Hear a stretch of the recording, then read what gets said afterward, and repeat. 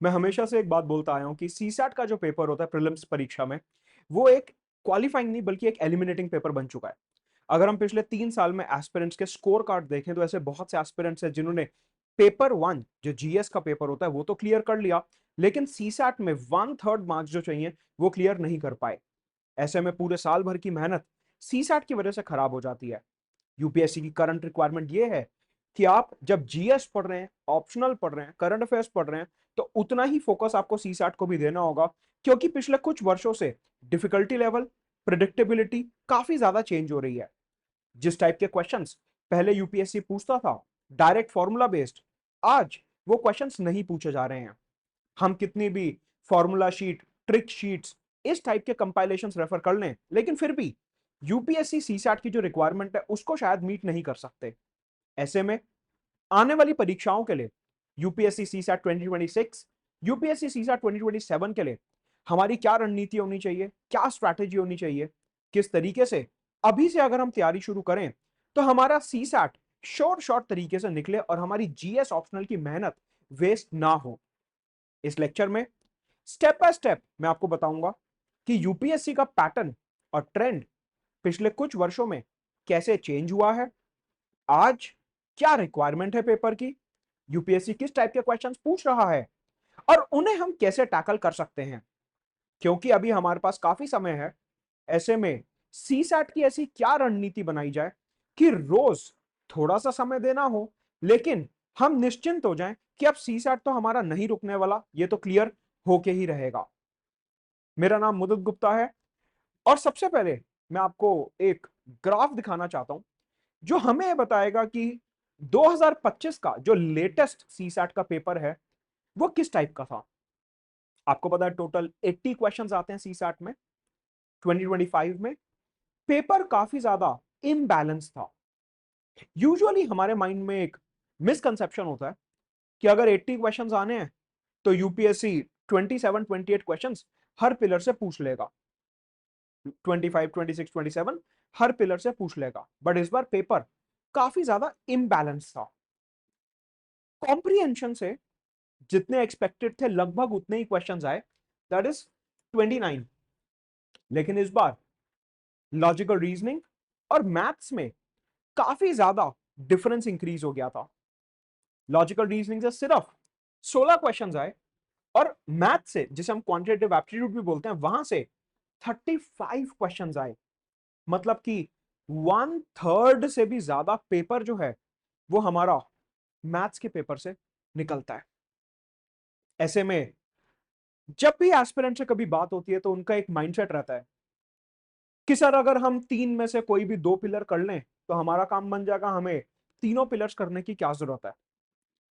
अब आप 2025 का ही पेपर देख लीजिए। मान लीजिए आप एक नॉन मैथमेटिक्स बैकग्राउंड से आते हैं और आपने इंग्लिश रीडिंग कॉम्प्रिहेंशन और लॉजिकल रीजनिंग अच्छे से कर लिया, लेकिन फिर भी बिना मैथ्स करे आप सीसैट 2025 पास नहीं कर सकते। उसका सिंपल कारण है कि इंग्लिश रीडिंग कॉम्प्रिहेंशन और लॉजिकल रीजनिंग मिला के बनते हैं आपके 45 क्वेश्चंस। इसमें से लॉजिकल रीजनिंग के क्वेश्चन काफी आसान थे, 2-3 क्वेश्चन ऐसे थे जिसमें सीरीज टाइप के, क्यूब्स एंड डाइस के, जहां पे एस्पिरेंट को प्रॉब्लम होगी और वो शायद एग्जाम हॉल के 2 घंटे के प्रेशर में उसे सॉल्व ना कर पाए। प्लस इंग्लिश रीडिंग कॉम्प्रिहेंशन, इस बार आपने देखा होगा कि कुछ पैसेजेस, नॉट ऑल, कुछ पैसेजेस काफी लंबे थे, उनके जो ऑप्शंस थे वो भी कंफ्यूजिंग थे। इवन आज तक भी 2025 के पैराग्राफ्स के ऑप्शंस को लेके अलग अलग कोचिंग्स में एक विवाद चल रहा है कि कौन सा ऑप्शन सही होगा, कौन सा आंसर सही होगा और कौन सा आंसर गलत होगा। ऐसे में जब इतने कंफ्यूजिंग ऑप्शंस हो तो हम 100% भी कॉम्प्रिहेंशन सही नहीं कर सकते। मतलब कि इन 45 क्वेश्चंस में से हम जो है 45 के 45 क्वेश्चंस अटेम्प्ट नहीं कर सकते और 45 के 45 क्वेश्चंस सही भी नहीं कर सकते। हाँ, ये बात सही है, मैं मानता हूं कि हमें 80 के 80 क्वेश्चंस अटेम्प्ट नहीं करने होते, लेकिन अगर 80 क्वेश्चंस अटेम्प्ट नहीं करने तो इस बात की भी श्योरिटी नहीं है कि हम लॉजिकल रीजनिंग और कॉम्प्रिहेंशन पूरा अटेम्प्ट कर पाएंगे, इस बात की भी श्योरिटी नहीं है। मतलब कि कहीं ना कहीं आपको मैथ्स का सपोर्ट लेना पड़ेगा, या फिर कुछ एस्पिरेंट्स जो इंग्लिश में थोड़े से वीक होते हैं वो कहते हैं कि सर मेरी मैथ्स स्ट्रांग है तो मैं मैथ्स और लॉजिकल रीजनिंग से अकेले पेपर कर लूंगा, वो भी पॉसिबल नहीं है। मान लीजिए कि अगले साल मैथ्स इतनी टफ हो गई कि शायद आप टच ही ना कर पाओ और आपको कॉम्प्रिहेंशन का सहारा लेना पड़े। Keeping in mind all the aspirants, जो क्रक्स है इस बात का जो मैं आपसे कर रहा हूं वो ये है कि जब आप 2026-2027 में सीसैट का पेपर देने जाएंगे तो आपको कोई भी पिलर स्किप नहीं करना है। उसका सिंपल रीजन है कि यूपीएससी तीनों पिलर्स में से किस पिलर में कितने क्वेश्चंस देगा एक तो हमें नहीं पता, क्योंकि एग्जाम नोटिफिकेशन, सिलेबस और एग्जामिनेशन स्कीम में ये कहीं मेंशन नहीं है कि यूपीएससी को बराबर के सवाल देने हैं। It is up to the description of UPSC कि वो कौन से पिलर से कौन से सवाल देगा। प्लस इनमें से कौन सा पिलर मुश्किल आएगा और कौन सा पिलर आसान आएगा ये भी हम नहीं बता सकते, हम प्रिडिक्ट भी नहीं कर सकते। कई बार मैथ्स आसान आती है तो लॉजिकल रीजनिंग मुश्किल हो जाती है, कई बार कॉम्प्रिहेंशन मुश्किल होता है तो मैथ्स आसान हो जाती है। हम नहीं बता सकते कि 2026-2027 में क्या होने वाला है। इसलिए क्योंकि अभी हमारे पास काफी समय और अभी जस्ट तैयारी शुरू हुई है 2026-27 के लिए, मेरा आपको सबसे पहले रिकमेंडेशन रहेगा कि आप सारे पिलर्स को ध्यान से प्रिपेयर करेंगे। आपने कोई भी पिलर छोड़ना नहीं है। सबसे पहली स्ट्रैटेजी जो आपके माइंड में क्लियर होनी चाहिए कि मुझे एग्जाम हॉल में जाने से पहले लॉजिकल रीजनिंग, क्वांट और इंग्लिश रीडिंग कॉम्प्रिहेंशन तीनों ही पिलर्स कंप्लीट करना है और उन्हें स्ट्रॉन्ग करना है। अगर आप अभी से, अभी आपके एग्जामिनेशन में 1 या 2 साल हैं, अगर आप 26 में दोगे तो 1 साल है, 27 में दोगे तो 2 साल है, और अगर आप अभी से सोच के बैठ जाओगे कि मेरे को मैथ्स नहीं आती मैं करूंगा भी नहीं, मेरे को इंग्लिश नहीं आती मैं करूंगा भी नहीं, तो फिर सीसैट आपके लिए एक रोड ब्लॉक बन जाएगा। तो हमारा कंक्लूजन नंबर 1 हो गया इस लेक्चर से कि हमें तीनों पिलर करके जाने हैं, तीनों पिलर की अच्छे से प्रैक्टिस करनी है, तीनों पिलर्स हमारे को मजबूत बनाने हैं, क्योंकि यूपीएससी अनप्रिडिक्टेबल है, हमें नहीं पता वो कहां से कितने क्वेश्चंस पूछेगा। 2024 और 25 में, रादर 2023 से ट्रेंड शुरू हुआ था कि यूपीएससी ने कुछ लंबे क्वेश्चंस देने शुरू कर दिए। मैं ये नहीं कह रहा कि 80 के 80 क्वेश्चंस लंबे थे, मैं ये कह रहा हूं कि कुछ क्वेश्चंस हर सेक्शन में लंबे थे, लेंदी थे, जिनको सॉल्व करने के लिए आपको टाइम चाहिए था। इन क्वेश्चंस को टैकल करने के सिर्फ 2 तरीके थे, या तो आप इन्हें स्किप कर दीजिए, या फिर अगर आपको आता है, आपने प्रैक्टिस करा हुआ है, तो उन्हें सॉल्व करने की कोशिश कीजिए अगर आप श्योर हैं कि आपको 2.5 मार्क्स इस वाले क्वेश्चन से मिल जाएंगे।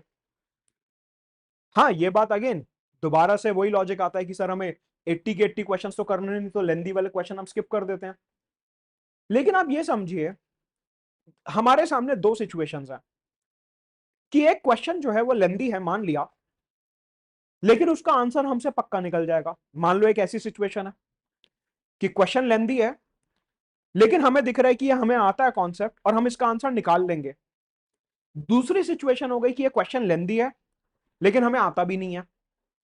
लेंदी है और आता है तो इन माय ओपिनियन उसे अटेम्प्ट करना चाहिए। उसका रीजन है कि 2.5 नंबर पक्के हो रहे हैं और हमें यह भी नहीं पता कि आगे वाले क्वेश्चन कैसे हैं। तो अगर 2.5 नंबर मिल रहा है एक लेंदी क्वेश्चन से, it is always better to attempt it. Reason being कि हमें नहीं पता कि आगे जो कॉम्प्रिहेंशन है उसके ऑप्शंस कितने ट्रिकी हैं, आगे जो क्वेश्चंस हैं वो हम कर भी पाएंगे या नहीं, हो सकता है हो जाए, हो सकता है ना हो।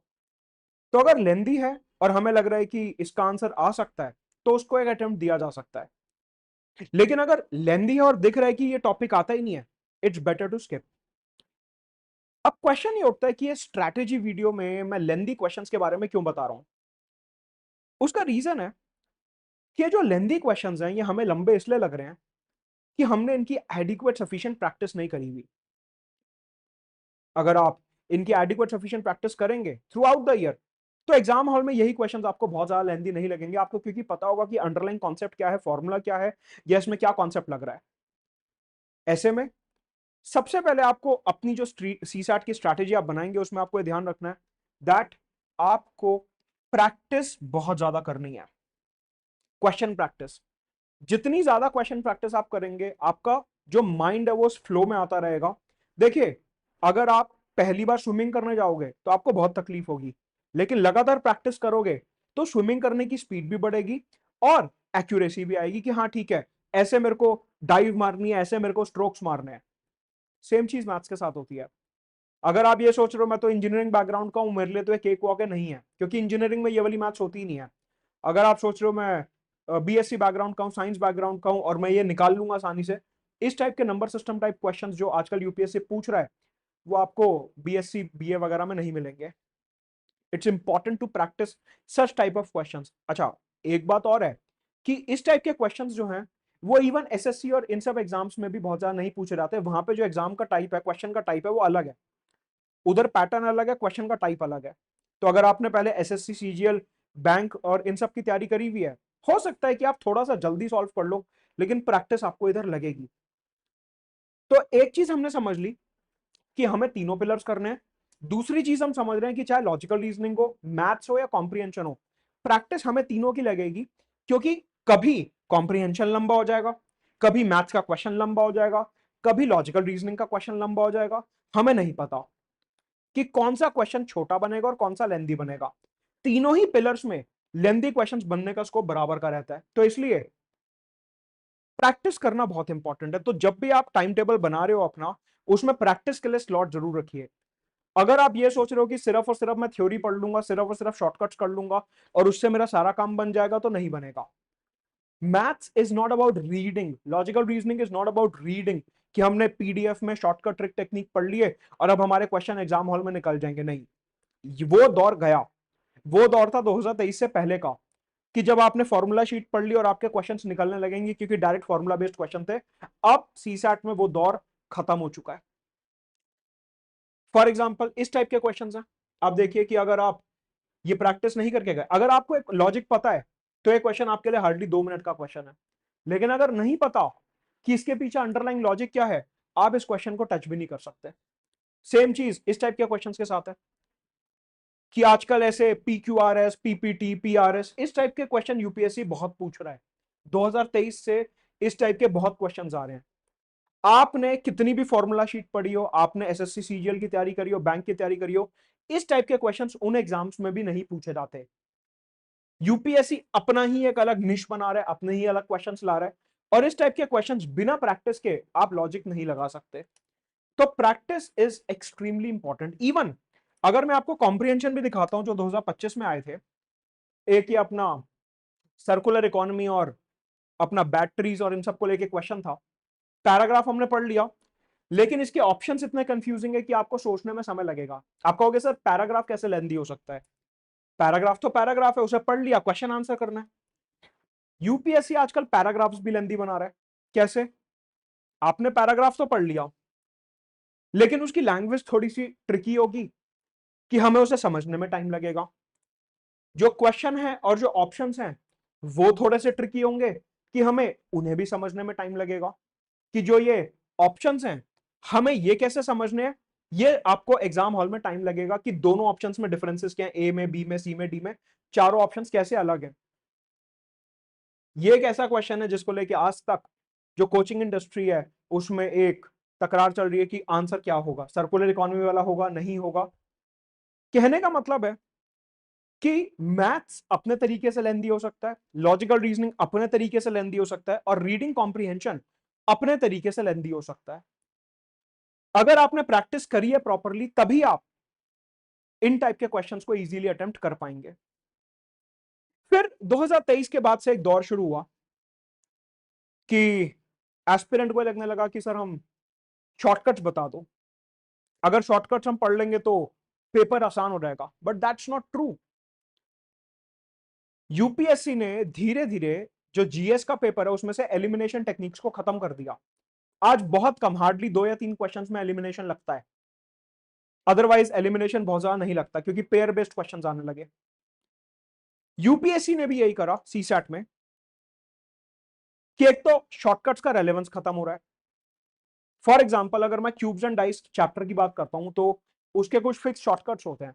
एस्पिरेंट को लगता था कि अगर हम वो शॉर्टकट याद कर लेंगे पीडीएफ में से तो क्यूब्स एंड डाइस के तो हमारे सारे क्वेश्चन निकल ही जाएंगे। लेकिन इस बार जो क्वेश्चन पूछा, अगर आपको क्यूब्स एंड डाइस का कॉन्सेप्ट नहीं पता कि उसमें कट्स कैसे लगते हैं, कितने फेसेस 3 पेंटेड हैं, कितने क्यूब्स जो है 2 फेस पेंटेड हैं, कितने क्यूब 1 फेस पेंटेड हैं, जीरो फेस पेंटेड का लॉजिक क्या है, कैसे निकाला जाता है, अगर आपको ये सब नहीं पता, आप इस क्वेश्चन को नहीं टच कर सकते क्योंकि इसमें कोई शॉर्टकट लगेगा ही नहीं। तो धीरे धीरे जो लॉजिकल रीजनिंग मैथ्स में शॉर्टकट्स का रेलेवेंस था वो यहां पे खत्म होता जा रहा है। इवन 2025 में ब्लड रिलेशंस के भी कुछ ऐसे क्वेश्चंस आए जहां पे यूपीएससी ने पेयर बेस्ड क्वेश्चंस इंट्रोड्यूस करने की कोशिश करी। पेयर बेस्ड क्वेश्चंस कि उसने एक फैमिली ट्री दे दिया और आपसे पूछ रहा है बताइए कौन कौन से रिलेशन जो है सही हैं, कितने रिलेशन सही हैं। Even value based questions, number based questions. For example अगर आप ये वाला क्वेश्चन देखें, वो ये नहीं कह रहा कि पी क्यू आर एस की क्या वैल्यू होगी वो बता दो, वो कह रहा है how many values are possible, how many 5 digit numbers are possible. ये एक नया टाइप है, पहले इस टाइप के क्वेश्चंस नहीं आते थे। पहले आता था सिंपली कि ठीक है P Q R S T number है, बता दो क्या नंबर होगा, या पी क्यू आर की क्या वैल्यू होगी, एस टी की क्या वैल्यू होगी, वैल्यू बता दो। अब वो वैल्यू नहीं पूछ रहा, कह रहा how many values are possible. आप कोई शॉर्टकट लगा लो दुनिया का, आप इसे शॉर्टकट से सॉल्व कर ही नहीं सकते। क्यों? आपको पूरा सॉल्व करना ही पड़ेगा। कि कितनी वैल्यूज पॉसिबल हैं इसके लिए यूनिवर्स में कोई शॉर्टकट है ही नहीं। आपको पेयर्स बना के, केसेस बना के, वैल्यूज लेके सॉल्व करना ही पड़ेगा।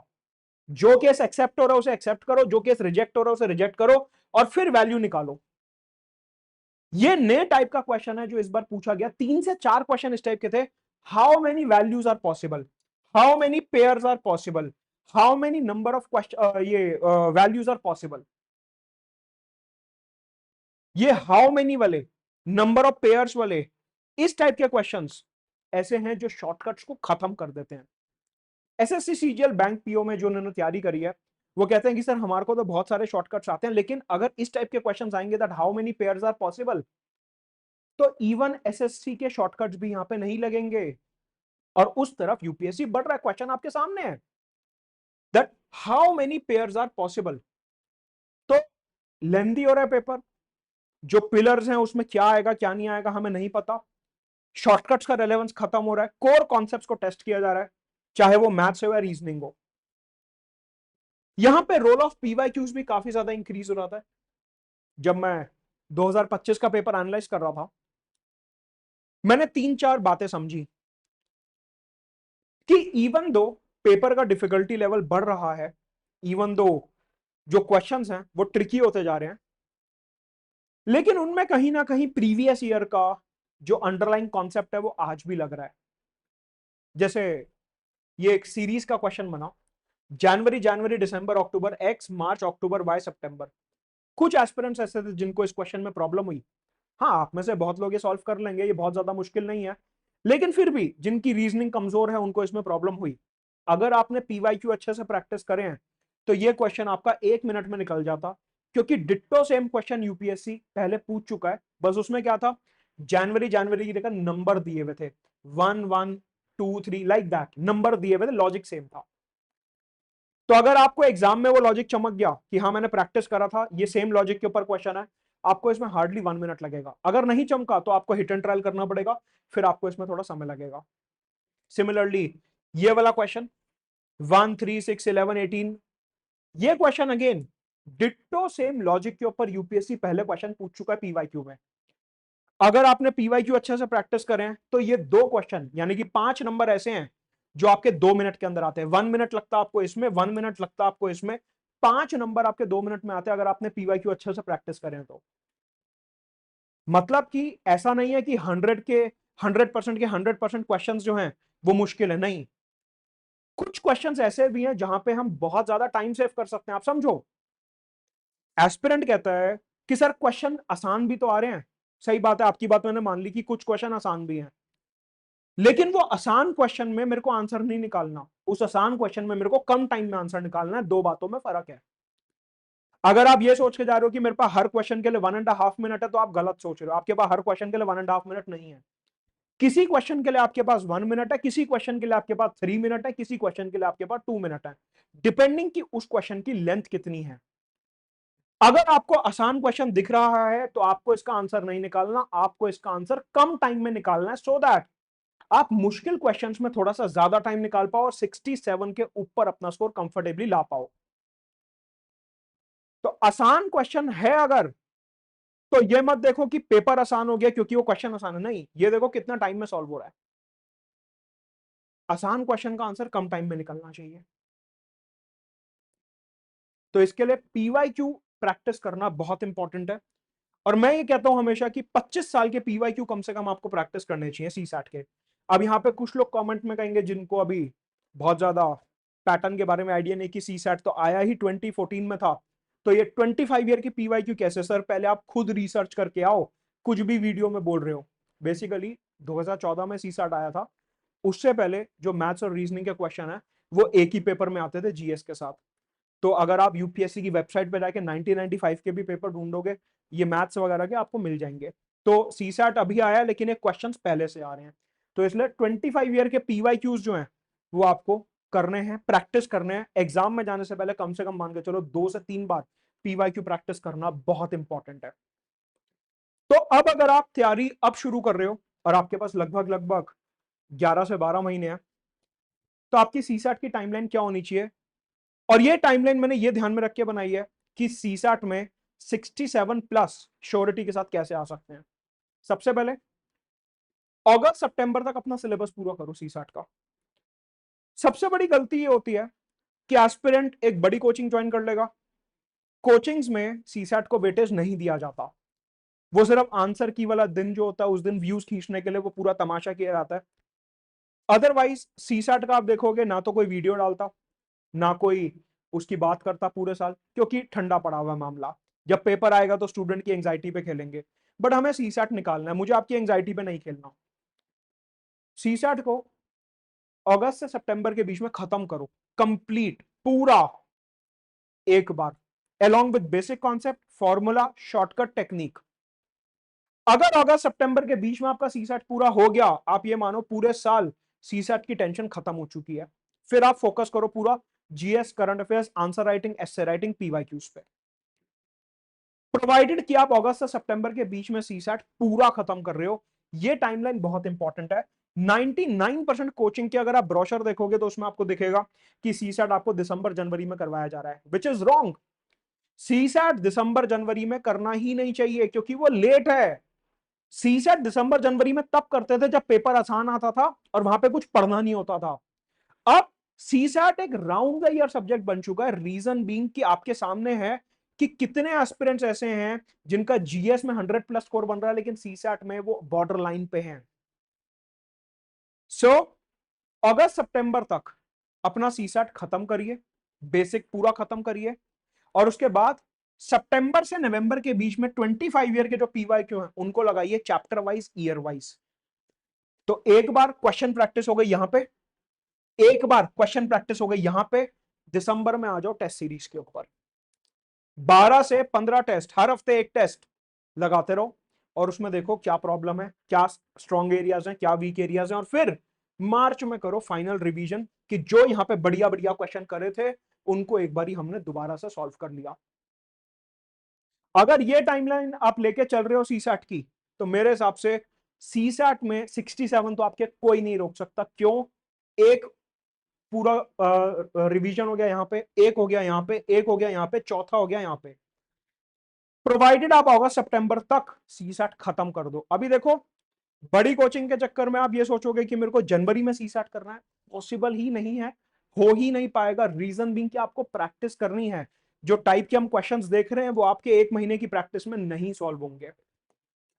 अब आता है सबसे कॉम्प्लिकेटेड क्वेश्चन जो मेरे लिए भी मुश्किल है और मेरे को ये स्लाइड बनाने में सबसे ज्यादा समय लगा कि सीसैट के लिए ऐसी कौन सी बुक लिस्ट है, ऐसे कौन से रिसोर्सेज हैं जो हम रेफर कर सकते हैं। देखिए सीसैट को क्योंकि सीरियसली नहीं लिया जाता इंडस्ट्री में, ना कोचिंग में ना पब्लिशिंग इंडस्ट्री में, सीसैट को एक हमेशा आउटसाइडर सब्जेक्ट माना जाता है कि ये तो नॉन सीरियस सब्जेक्ट है और इसको पढ़ाने वाले टीचर भी नॉन सीरियस हैं। ये एटीट्यूड आज भी है कि जिस दिन क्वेश्चन पेपर आएगा उस दिन एंजाइटी पे खेलने के लिए, व्यूज लेने के लिए हम कहेंगे सीसैट इंपॉर्टेंट है, लेकिन पूरे साल दिसंबर तक सीसैट की कोई बात नहीं करेगा।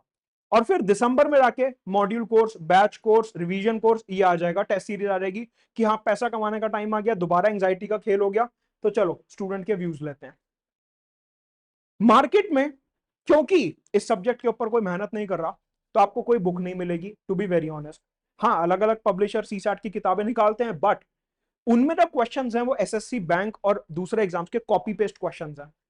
वहां पे आपको जो करंट रिक्वायरमेंट है वो पूरी नहीं होगी, करंट रिक्वायरमेंट का क्वेश्चन आपको नहीं मिलेगा।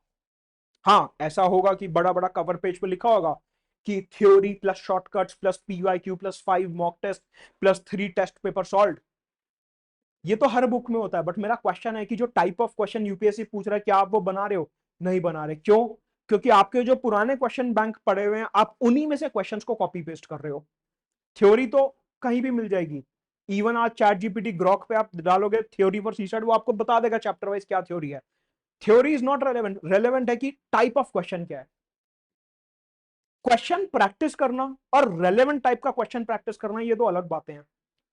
क्वेश्चन तो आप कोई भी मैथ्स की बुक उठा लो, आपको 1000 क्वेश्चन मिल जाएंगे, बट यूपीएससी जिस टाइप का क्वेश्चन पूछ रहा है, ये पी क्यू आर एस, ये क्यूब के 60 फेसेस, उस टाइप का क्वेश्चन कहां मिल रहा है? नहीं मिल रहा। तो मेरी नजर में ऐसी कोई बुक नहीं है, ऐसा कोई रिसोर्स नहीं है, ऐसी कोई पीडीएफ नहीं है जिसके थ्रू आपकी करंट एग्जाम की रिक्वायरमेंट पूरी हो। हाँ, बुक्स तो बहुत है सीसैट के ऊपर, लेकिन मैंने जो पर्सनली बुक्स देखी हैं, मेरे को ऐसा नहीं लगा कि ये एग्जाम रेलेवेंट क्वेश्चंस हैं। क्वेश्चंस हैं, बिल्कुल हैं, लेकिन वो टीचर्स ने खुद ने नहीं बनाए हुए। एक एग्जाम की रिक्वायरमेंट टीचर ही समझ सकता है, एक पब्लिशिंग हाउस नहीं समझ सकता। एक टीचर को पता है, जो अपने एरिया का एक्सपर्ट है, उसे पता है कि किस टाइप का क्वेश्चन आएगा, किस टाइप का क्वेश्चन बनना है। और टीचर्स के पास इतना टाइम नहीं है कि वो क्वेश्चन खुद बनाए बैठ के। तो इन माय ओपिनियन ऐसा कोई बुक या रिसोर्स नहीं है, और इसीलिए जो पीवाईक्यूज हैं पिछले 25 साल के, वो आपके बेस्ट फ्रेंड हो जाते हैं कि हमें ये पीवाईक्यूज जो हैं, इनको कम से कम मास्टर करना है, सो दैट अगले साल अगर इस टाइप का क्वेश्चन आ रहा है तो हमारी स्पीड बढ़े एटलीस्ट। यहाँ पे मैं आपकी मदद इस टाइप से कर सकता हूं कि मेरा सीसैट का बेसिक फाउंडेशन बैच है, जो आप देख सकते हैं, जहां पे मैं मैक्सिमम कोशिश करता हूं कि आपको पूरा बेसिक से कॉन्सेप्ट बताया जाए, और आपको मैथ्स, लॉजिकल रीजनिंग, कॉम्प्रिहेंशन, तीनों चीजें डिटेल में करवाई जाए, अलॉन्ग विद पीवाईक्यूज। जहां जहां शॉर्टकट लगता है, देखिए मैं बहुत ज्यादा शॉर्टकट पे बिलीव नहीं करता, क्योंकि ट्रेंड चेंज हो रहा है, लेकिन जहां जहां मेथड लगेगा, जहां जहां शॉर्टकट लगेगा रेलेवेंट तरीके से, वो मैं बताने की कोशिश करता हूं। तो ये बैच का लिंक मैं नीचे डिस्क्रिप्शन में डाल रहा हूं। अगर आप अगस्त सितंबर के बीच में सीसैट पूरा करना चाहते हैं, तो आप ये बैच ज्वाइन कर सकते हैं, आपकी काफी मदद होगी। इसमें मैं काफी क्वेश्चंस, काफी पीवाईक्यूज, और आपके बेसिक से एकदम उठा के clock, calendar, number system, time speed distance, जितने भी कॉन्सेप्ट्स हैं, वो सब मैं यहाँ पे डिटेल में कराता हूँ। तो मेरे को कमेंट्स में बताएंगे कि आपका कोई और डाउट है, या आपको वीडियो कैसा लगा, लेक्चर कैसा लगा। टेलीग्राम पे जुड़ने के लिए नीचे डिस्क्रिप्शन में लिंक दिया हुआ है, मेरे से टेलीग्राम पे जरूर जुड़ेंगे।